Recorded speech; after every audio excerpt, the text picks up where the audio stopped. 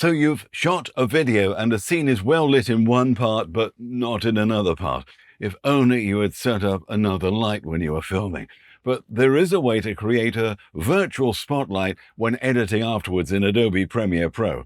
There are a few ways to do this. Let me show you one of my favorite methods. Take a look at this shot. It's fine from the right-hand side of his face here. Left-hand side needs a bit of a light on it. What can we do? You see, if we just highlight it and then increase the exposure here, everything gets overexposed and looks horrible. So you can get the left right, but the right now is too bright. So what do? First of all, you just need to duplicate this video track here, but not the audio. So right-click and unlink. You can have this as a shortcut if you want to. And so basically we've now got the video on its own. Hold Alt down and then drag up and you make a copy of it. So now this is a copy we're seeing. Remember, we only see the top one, we don't see the one underneath. So now we'll increase the brightness on this top one, assuming we're only looking on the left-hand side of his face.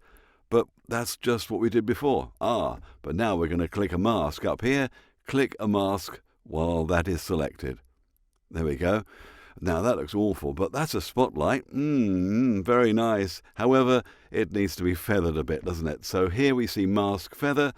We can change it to make it a bit more blurred.